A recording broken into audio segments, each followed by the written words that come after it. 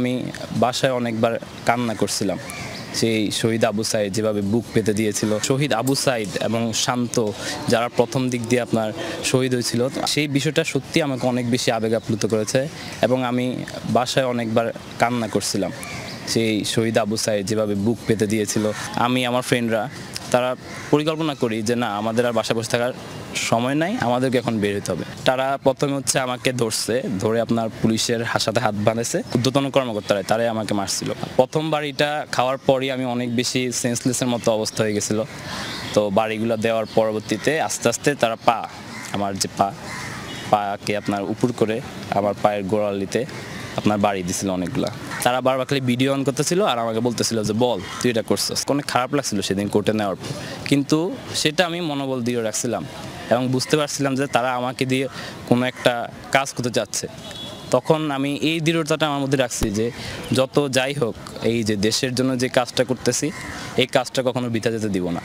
তখন সেই মুভমেন্ট নিয়ে আমি ওইখানে আগাচ্ছিলাম। যখন আমার বাংলাদেশের জার্সিটা গায়ে পড়া ছিল, ওই মুভমেন্টটা নিয়ে আগাইছিলাম এবং কিছু তারা আমার রশি বাঁধছে এবং যেই কেসটা লাগাইছিল হাতে, ওইটা অনেক শক্ত করে বাঁধছে। হ্যাঁ, হাত করাটা অনেক শক্ত করে বাঁধছে, আমি না আইতে পারতাম না কিছু। আমার যে ভাইরা, আমাদের ফ্রেন্ডরা যে এত শহীদ হয়েছে, আমরা হয়তো জেলে গিয়েছি, আমরা হয়তো একটু কিছু একটা অংশ করছি, কিন্তু তাদের তো পুরো জীবনটাই ত্যাগ করে দিয়েছে। সেই জায়গা থেকে আসলে বলতে চাই, তাদের ত্যাগটা, তাদের সেই ত্যাগ, এই স্মরণটা, এটা সবসময় আমরা রাখতে চাই। বাংলাদেশে সবচেয়ে বেশি এখন সংকট যেটা, সেটা হচ্ছে বুদ্ধিভিত্তিক সংকট। দক্ষ প্রকৌশল হিসেবে নিজেকে গড়তে চাই। আল্লাহ যদি চান অবশ্যই হব দক্ষ প্রকৌশল, আর যদি নাও চান ইনশাআল্লাহ দেশের উন্নতির খাতিরে আমি আমার সর্বোচ্চটা দেওয়ার চেষ্টা করব। এস আলমের পাচার করা টাকার অর্ধেকই নিয়েছেন রেহানা ও জয়, রিমান্ডে বললেন সালমান এফ রহমান। রিমান্ডে জিজ্ঞাসাবাদে নতুন নতুন তথ্য দিচ্ছেন সাবেক প্রধানমন্ত্রী, বেসরকারি শিল্প বিনিয়োগ বিষয়ক উপদেষ্টা সালমান এফ রহমান। সেখানে শেখ হাসিনা ক্ষমতায় থাকাকালে এস আলম প্রায় 1.5 লাখ টাকা পাচারের তথ্য উঠে এসেছে। পাচারের অর্ধেক টাকা শেখ রেহানা ও হাসিনার ছেলে সজীব ওয়াজেদ জয়কে দেওয়া হয়েছে বলে জানিয়েছেন সালমান এফ রহমান। রিমান্ডে সালমান এফ রহমান জানিয়েছেন নতুন নতুন প্রকল্প বের করার তাগাদা দিতেন শেখ হাসিনার পরিবারের সদস্যরা। নতুন প্রকল্প মানেই বড় অঙ্কের কমিশন, এর সবকিছুই জানতেন শেখ হাসিনা, তবে তিনি কখনো তাতে না করেননি।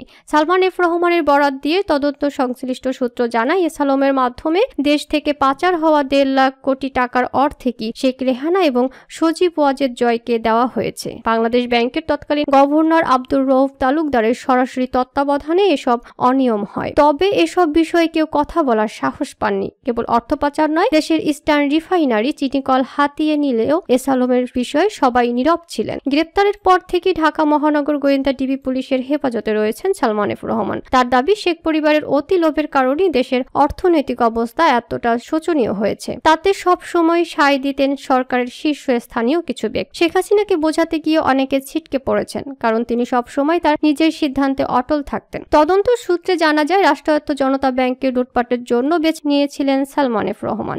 তাই নিজের পছন্দের মতো চেয়ারম্যান এবং এমডি নিয়োগ দিতেন। পছন্দ না হলে নিয়োগপ্রাপ্ত ব্যক্তিকে ব্যাংকে যোগদান করতে দিতেন না। কেউ যোগদান করে ফেললেও অনিয়ম দুর্নীতির অভিযোগ দিয়ে পদত্যাগে বাধ্য করতেন। বাণিজ্য মন্ত্রণালয়ের সাবেক সচিব হেদায়েতুল্লাহ আল মামুনকে জনতা ব্যাংকের চেয়ারম্যান নিয়োগ করা হলেও সালমানের পছন্দ না হওয়ায় তিনি যোগদান করতে পারেননি। একইভাবে কেন্দ্রীয় ব্যাংকের সাবেক পরিচালক ডক্টর জামাল উদ্দিন আহমেদ জনতা ব্যাংকের চেয়ারম্যান হিসেবে যোগদান করলেও দুর্নীতির অভিযোগ তুলে তাকে পদত্যাগে বাধ্য করেন। এসব বিষয়ে প্রশ্ন করলেও নীরব থাকেন সালমান এফ রহমান। তদন্ত সংশ্লিষ্টরা তাকে বন্ড ছেড়ে প্রায় 7,000 কোটি টাকা তুলে নেওয়ার বিষয়ে প্রশ্ন করেছেন। তিনি বারবার অসুস্থতার কথা বলে এড়িয়ে গেছেন। প্রশ্নের মধ্যে ছিল, আইএফআইসির আমার বন্ড নামে একটি বন্ড ছেড়ে বিনিয়োগকারীদের সঙ্গে প্রতারণা কেন করেছিলেন?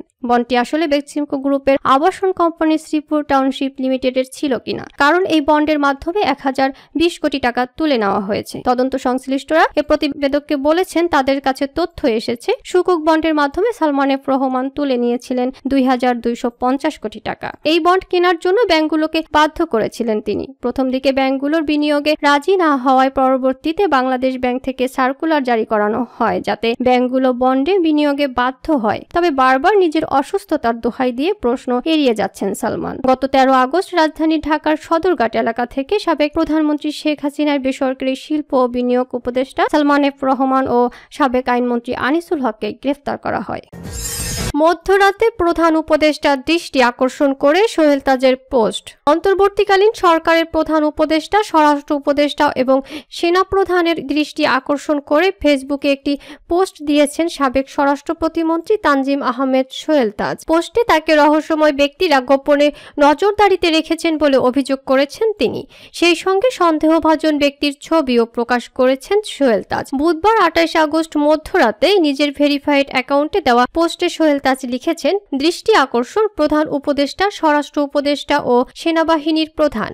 আজকে রাতে কাজ থেকে ফেরার সময় একটি খুবই আতঙ্কজনিত ও রহস্যজনক ঘটনার শিকার হই। একজন মোটরসাইকেল আরোহী আমাকে সংসদ ভবন থেকে ফলো করে ক্যান্টনমেন্টের ভেতরে চলে আসে এবং একটা সময় তার বুকে লাল নীল বাতি জ্বালিয়ে আমাকে থামতে বলে। আমি থামার পর তার পরিচয় জানতে চাই এবং আমাকে কেন থামতে বললেন তাকে তা জিজ্ঞাসা করি। প্রতি উত্তরে সে আমাকে বলে যে তাদের লোক আসছে আর আমার তাদের জন্য অপেক্ষা করতে হবে। আমি আবার তার পরিচয় জানতে চাই এবং তাকে জিজ্ঞেস করলাম তিনি আমাকে চিনতে পেরেছেন কিনা। জবাবে সে বলল, আমি আপনাকে চিনি, আপনি সোহেল তাজ। তারপর সে মোবাইল ফোনে বলল যে সে আমাকে থামিয়েছে এবং লোকেশন জানিয়ে আসতে বলল। আমি আবার তার পরিচয় জানতে চাইলাম এবং কারা আসছে আর কেন আমাকে থামিয়েছে জানতে চাইলাম। সে কোনো উত্তর না দিয়ে আবার ফোনে কথা বলল। তারপর আমাকে বলল চলে যেতে, আর সেও মোটরসাইকেল ঘুরিয়ে চলে গেল। তিনি আরো লিখেছেন, তার কথা বলার ধরন এবং আচরণে আমি একেবারে কনফিডেন্ট যে সে কোনো গোয়েন্দা সংস্থার লোক। এভাবে মানুষকে যাতে হয়রানি না করা হয় সেটাই ছিল আমাদের সকলের প্রত্যাশা। এখন দেখা যাচ্ছে একই কায়দায় সব চলছে। ছি ছি। এই ঘটনা তদন্ত করা প্রয়োজন এবং ক্যান্টনমেন্টের জাহাঙ্গীর গেটের প্রবেশ পথের হাই রেজুলেশন ক্লোজড সার্কিট ক্যামেরার ফুটেজ দেখলেই ধরা পড়বে কে এই মোটরসাইকেল আরোহী। সময় রাত 10:50 থেকে 11টা। সোহেল তাজ বলেন, আমার গাড়ি এই সময়ের মধ্যে প্রবেশ করে এবং পেছনে এই মোটরসাইকেল আরোহী ছিল। সোহেল তাজ 2001 সালের নির্বাচনে গাজীপুর 4 কাপাসিয়া আসন থেকে জাতীয় সংসদ সদস্য নির্বাচিত হন। এরপর 2008 সালে একই আসন থেকে সংসদ সদস্য নির্বাচিত হন তিনি। 2009 সালের 6 জানুয়ারি আওয়ামী লীগ নেতৃত্বাধীন মন্ত্রিসভায় স্বরাষ্ট্র প্রতিমন্ত্রীর দায়িত্ব দেওয়া হয় সোহেল তাজকে। একই বছরের 31 মে মন্ত্রিসভা থেকে পদত্যাগ করেন তিনি। এরপর 2012 সালের 23 এপ্রিল সংসদ সদস্য পদ থেকেও পদত্যাগ করেন সোহেল তাজ।